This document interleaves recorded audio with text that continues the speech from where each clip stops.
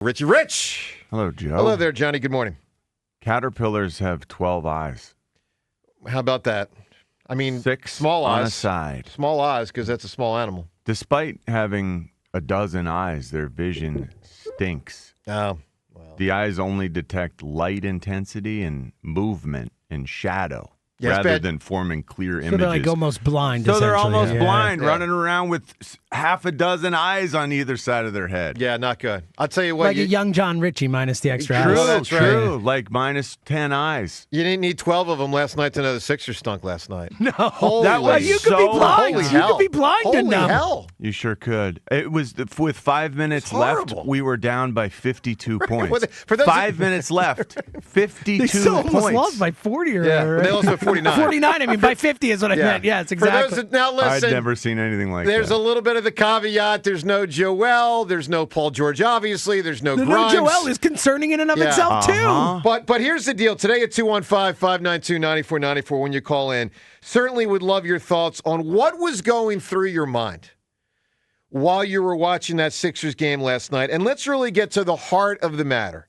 Because it is a game where you don't have a lot of your best players, and Joel, who's one of your two best, but you don't expect to lose by 49. Here's the question I got for you today. Does it dampen or crush your spirit and enthusiasm for the 76ers playoff chances when you see them lose over 2.5 hours by 49 points to the New York Knicks? Playoffs? Yeah, that's right. Well, they're going to make it. That's right. That's right. So, well done there, Ray. Does it dampen your spirit for the Sixers? No Joel, but you're not supposed to lose by 49. Talk to us at 215-592-9494. A show-me game, no less. Yeah. I mean, But you knew before the game they were probably going to lose I because you knew know, I Joel. know. You knew Joel was out. But you're not supposed to lose by 49. All right. So all of that on the table.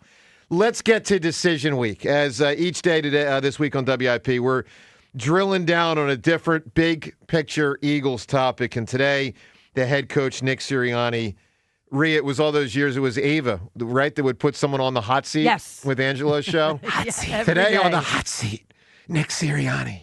All right, so Sirianni on the hot seat from our show today, but it's from this standpoint. Should he be on the hot seat? Should Nick Sirianni entering 2026 be on the hot seat, yes or no? Why or why not? Here's where I stand. No. Shouldn't be on the hot seat.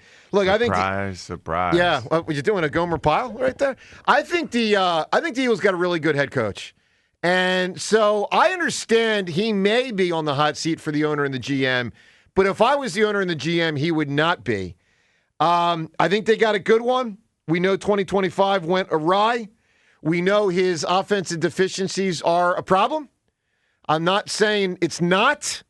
It's obviously less than ideal to always, if you have success, have to turn over who your offensive coordinator is because they can get hired away. That's not ideal. But I think he checks a lot of boxes. I think he's got excellent attention to detail, mostly strong in accountability, although less so this year with AJ and Jalen. But I'd mostly say that slipped a lot. It did. A lot. Mostly strong in accountability. Including self-accountability. Okay, an excellent game manager. Look, I could go on and on, but Excellent game manager is in question also. Things got wonky. A lot. So I'm pro Sirianni, but I'm curious where you stand. And the question today is entering 2026, which, they are now with the offseason 2026 and then obviously this season. Do you think Nick Sirianni should be on the hot seat entering the season, meaning show it to me, my man, in 26, or you're out? Where do you stand? 215-592-9494. John, where do you stand? He should be under enormous pressure simply because of the way Jeff Stoutland left. I mean, that alone, that surprising the Eagles organization should be such a major black mark on his resume for all of us. Not just the fans, but the players, the front office. They should look at that and say, hold on, this is the guy who he's got these foundation principles, and at the top of that list is connecting, with his coaches, with his players. That part is somehow forgotten. That was completely mismanaged. That is a major deal for me. because that puts us in a worse place than where we were last year at this time. Yes, key factor, we need him to motivate not just the coaches, Jeff Stoutland, properly, but the players. A.J. Brown, we can't have another year like last year, and I know that's A.J. I know that's on A.J., but it's on the head coach also to have your guys under control. I agree. I mean, it's the disciplinarian part, that's the head coach's job, and that seems like it fell by the wayside. So, yeah, when you've got a CEO head coach, he needs to manage not just the coaches, but the personalities, sometimes the big personalities of the players that you are coaching. It's not a perfect world. I still want A.J. as my number one wide receiver. If that's impossible this year, I'm sure Howie will figure out a way to maximize this team. Nick has spoken publicly with mixed results through, the past 5 years. Sure. We remember the flower discussion. He went wrong. Well, okay, whatever. No, he went wrong. Really, really powerful. You powerful gotta build. You gotta build. He talked about watering the flowers. You also have to talk about, weeding the garden when the off season comes, pruning the stuff that's not supposed to be there. Yeah, that's fair. Yep. Get that garden in shape, and it's time to do that. And right now they've added Sean Mannion and Kyle Grizzard. And Nick has to figure out a way to Josh Grizzard, connect with these coaches just like he connects with the players. And now they have to somehow manifest a new offense that works for everyone. That's a huge role. That's a huge endeavor that he's embarking upon. And now, are we judging him this year on how that goes? I don't. My question is, how bad does it have to look for Nick to get fired? Because I don't think it can get that bad. I don't think it's going to go downhill as much as you do this season. I think we still have a ready-made champion defense with Vic Fangio heading it up, and I do think the offense is going to be better. I cannot imagine the offense getting worse. So how bad would it really have to be? They've created sort of let me give you an example. Let me give you bulletproof alibi, so to speak, for their preferred head coach. 7-10. I don't think it's going to be that bad. If it's 7-7, he should be gone. 7-10. I said. Oh, okay.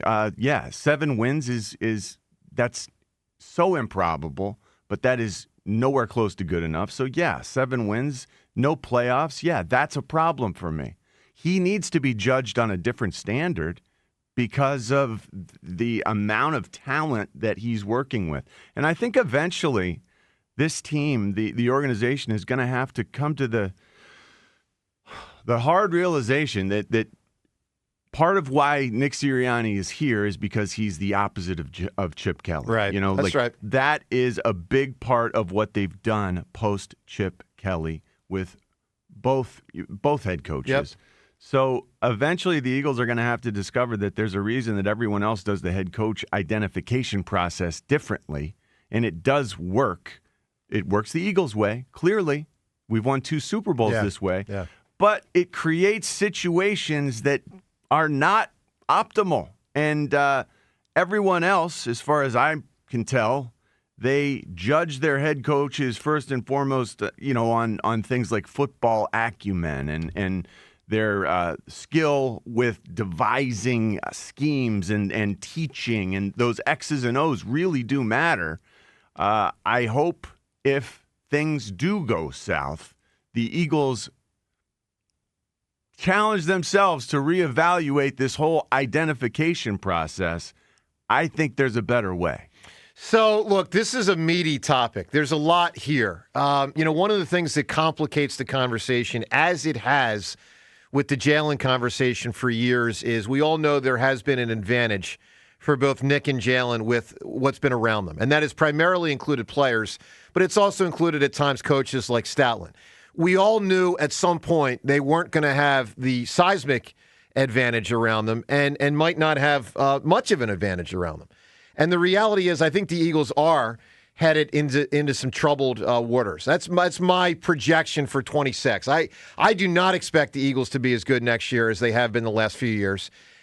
But I also know that if I have a good head coach or a great head coach, you're going to run into choppy waters from time to time. And it doesn't mean, for me, this is me, a 7-10 season would be I got to fire Nick. Now, I know a lot of you might think a lot along those lines. I know a lot of you probably don't even think they're going to get to 7-10. I see it as a real possibility for 26. I think they're going to have a lesser team. I expect less. But I'm not going into this. If I was the owner or the general manager saying that my coach is out, for instance, if he doesn't make the playoffs, I've seen him have a lot of success. I believe he's been a central part of it. Again, the advantages have been real. There's no question. But as you know, if you've listened to our show the last 3 or 4 years, I've been very clear. I think he's better at his job than Jalen. That's me. Most people, when we have that discussion, tell me Jalen's better at his job than Nick. Maybe that changes. Maybe it doesn't moving forward the way people perceive it.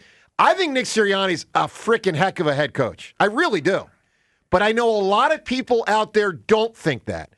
We ask you today at 215-592-9494 as you evaluate what Nick is and what he isn't.